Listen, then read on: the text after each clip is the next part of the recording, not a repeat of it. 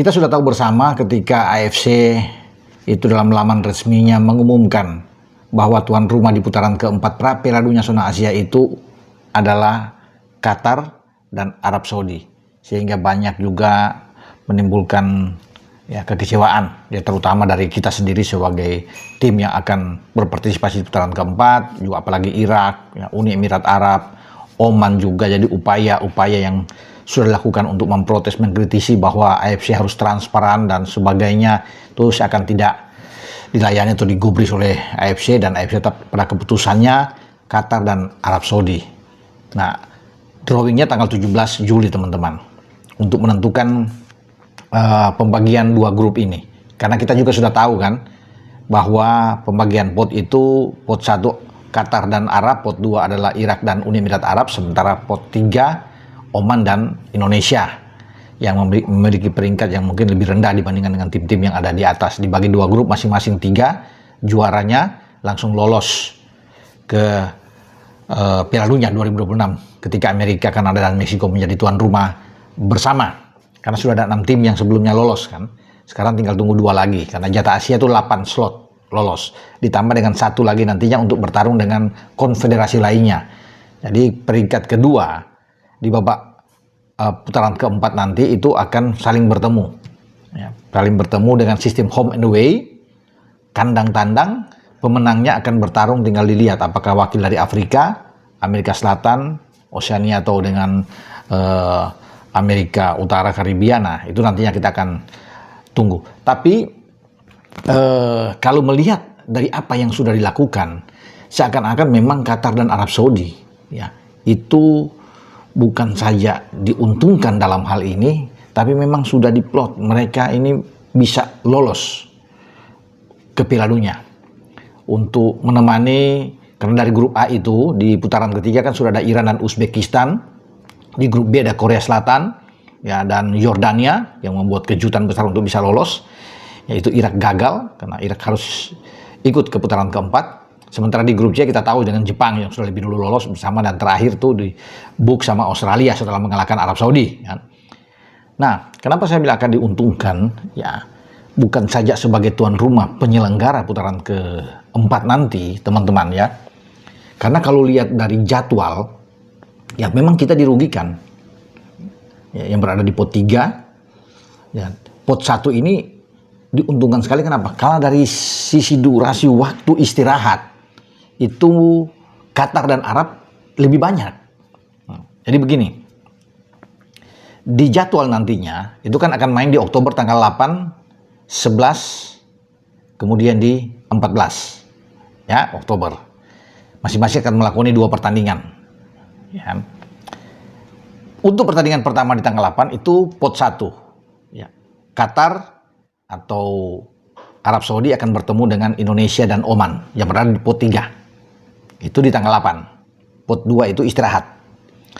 Nanti di tanggal 11, artinya cuma waktunya istirahat kan cuma 2 hari. 8, 9, 10 istirahat, 11 main lagi.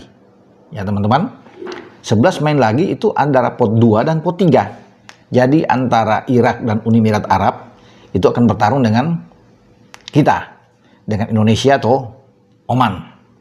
Itu di jadwal nantinya kan akan ditentukan pada saatnya, itu yang lebih jelas tanggal 17 Juli akan datang di drawing di Qatar. Nah, nantinya Qatar dan Arab Saudi itu main di tanggal 14. Jadi waktu mereka istirahat itu panjang.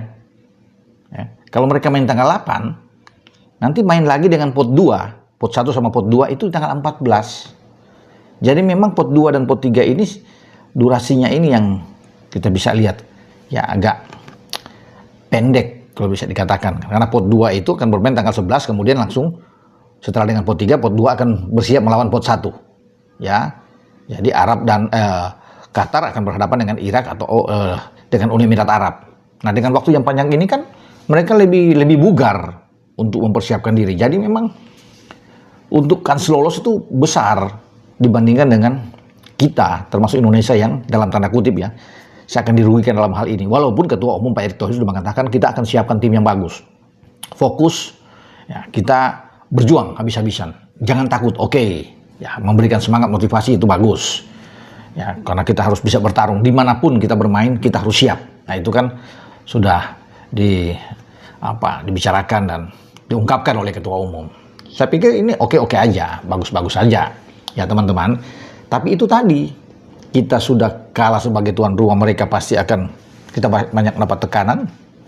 Asalkan fair dan sportivitas tinggi yang dijunjung, seperti yang katakan Ketua Umum, ya mungkin kita bisa bertarung dengan baik. Tetapi itu tadi, kita masih lelah, masih 2 hari, kemudian kita akan lihat nantinya dengan tuan rumah yang begitu banyak waktu mereka ya untuk mempersiapkan diri sebelum di tanggal 8, nanti mereka tanggal 14. Kita yang bertarung habis-habisan dalam posisi yang kelelahan nantinya, wah, kita sudah langsung bermain lagi. Tapi oke lah, ya apapun itu biar teman-teman juga tahu bagaimana kondisi yang ada.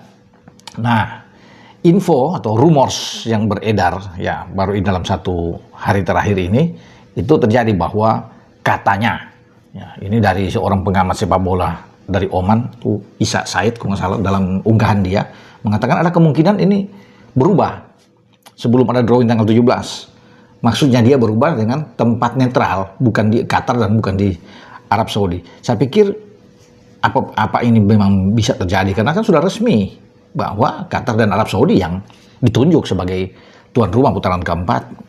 Ya, perubahan itu ada, katanya nanti bisa saja. Ini dari Oman ya, yang bisa katakan sini.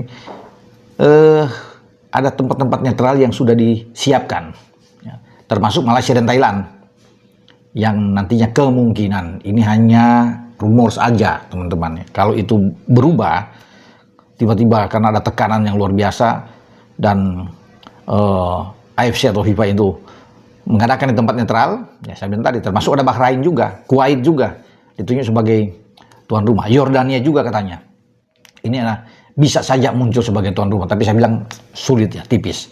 Kalau sudah ada pernyataan resmi pasti Qatar dan Arab, karena mereka punya kepentingan untuk bisa meloloskan diri ya sebagai wakil dari Timur Tengah atau Asia Barat ini, menampingi 6 tim sebelumnya yang sudah lolos. Tapi kalau bermain memang benar di tempat netral, atau kita katakan bermain di Bukit Jalil di Malaysia, wah pasti penuh.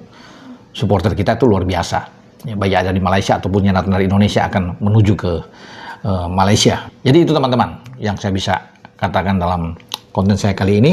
Sampai kita berjumpa di konten video selanjutnya.